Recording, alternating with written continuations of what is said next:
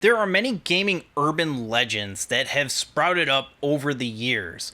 Could you really jump over the flagpole in Super Mario Bros? What happened to those lost treasures from Sword Quest? And could you find Bigfoot in Grand Theft Auto San Andreas? But possibly the biggest urban legend out there, did the CIA create a video game for the sole purpose of researching new mind control techniques in the digital age? Most of those urban legends have been confirmed or disproven over the years. You can actually jump the flagpole in Super Mario Bros. Bigfoot doesn't exist in San Andreas, although they did reference it in later titles, and it's likely that the Sword Quest treasures have been melted down for their gold and the jewels used were repurposed in other projects. But the urban legend that has persisted is the one of Polybius, a game that first appeared in an arcade in Portland during the early 1980s and disappeared just as abruptly as it appeared.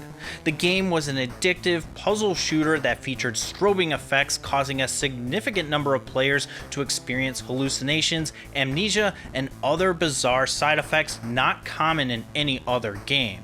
Once one person mentioned the mysterious cabinet, plenty of other people came forward and reported playing this game as well, and they speculated that it was the CIA who developed the game to crowdsource data on the addictive nature of video games to exploit it in future clandestine missions. The legend of this game has captivated millions of gamers. Was this all part of an elaborate government hoax? Not really.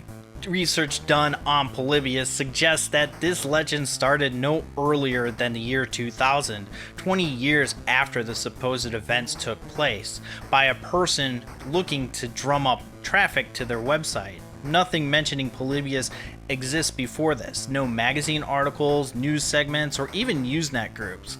The legend is likely based on a combination of real stories, like someone getting a migraine playing Tempest and another suffering a severe stomach ache while playing Asteroids for 28 hours straight, both actually happening on the same day in Portland, Oregon in 1981. The recruitment part of the legend seems to be influenced heavily by the movie The Last Starfighter, which involved a teenager playing a game that was actually a recruitment tool set in place by aliens to fight their war for them. If Polybius was real, I'm sure parent groups decrying video games for destroying our youth would be all over even the simplest mention of such a dangerous game, especially if the government is involved. Yet, the legend persists. What if there was a real Polybius cabinet out there somewhere? If so, what would it look like? Well, Numskull, who has been making quarter-scale replicas of real arcade cabinets, decided to take a stab at making a quarter-scale replica of the infamous Polybius arcade cabinet. I backed this on Kickstarter last September for $149 US shipped, and it's finally in my hands. This is the first quarter-scale arcade cabinet that I've owned, and I'm really impressed with the build quality and overall presentation. When you first get it, I didn't even get a shipping notification, which makes it pretty eerie. It comes in a very nondescript black monolith of a box with embossed black text warning you that this is a special access required and this is top secret, with the Polybius logo just below and at the very bottom the Quarter Arcades logo. Inside that top secret box is the Polybius quarter scale arcade cabinet. The cabinet measures just under 17 inches from the bottom to its highest point, 6¼ inches wide and 8¼ inches deep at maximum. The bottom of the cabinet has 4 rubber pads for maximum grip, and it has a semi-gloss black finish throughout. Since the Polybius cabinet didn't technically exist, Numskull used publicly available concept art to create their vision of what a real one would look like.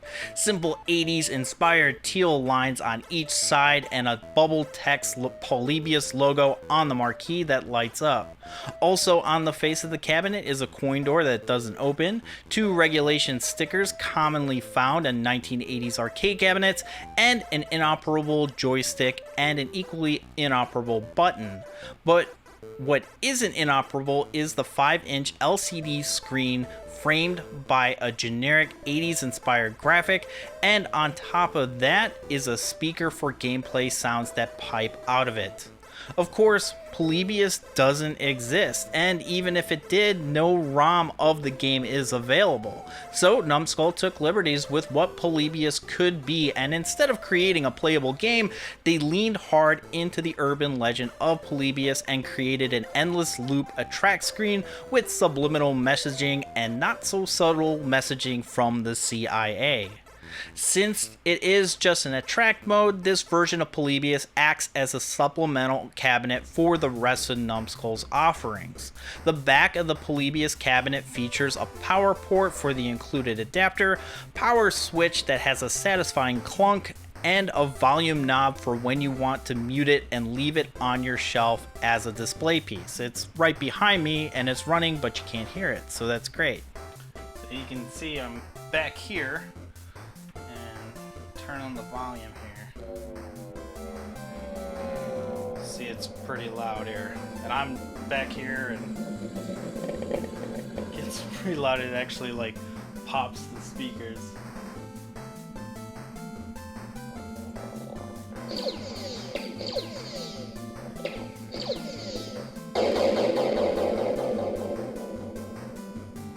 The biggest feature is 10 USB power ports for you to plug in your other quarter scale arcade cabinets without having a clutter of wires in your growing quarter scale arcade. It will even power these devices if the Polybius cabinet is turned off.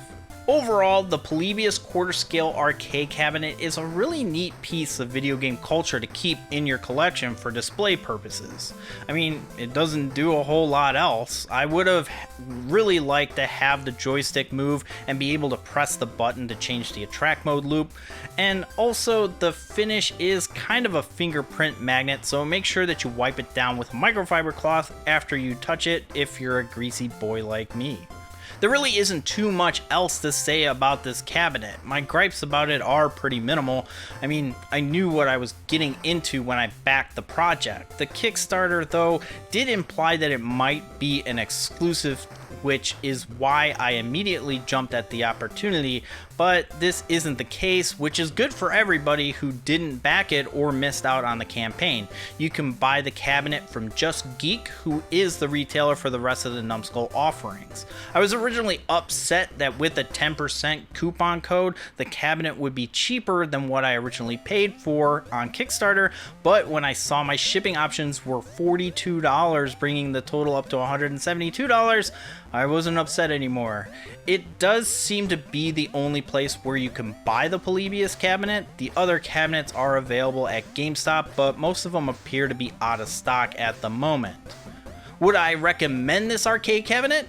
Well, sure, I love it. It's the perfect size that fits on my shelf, and the presentation of it is absolutely fantastic. Since they aren't beholden to a license agreement like their other cabinets, Numskull took some creative liberties with this cabinet to really make it look like something that could have very well been real in the 1980s. I didn't really have a desire to purchase these cabinets in the past, but with the rumors of a Turtle in Time cabinet and a Scale Pepsi Machine USB hub, I might be building a mini arcade of my own. But there are cheaper USB hubs out there if you're not into the quarter scale arcade scene. Obviously, you're spending this money for the aesthetics, and if that's something that you like to do, then by all means pick this up. If you like this video, give it a thumbs up and share it with those who might find it interesting. If you're new here, consider subscribing for future content. You can follow me on Twitter and Instagram at SNICTendo.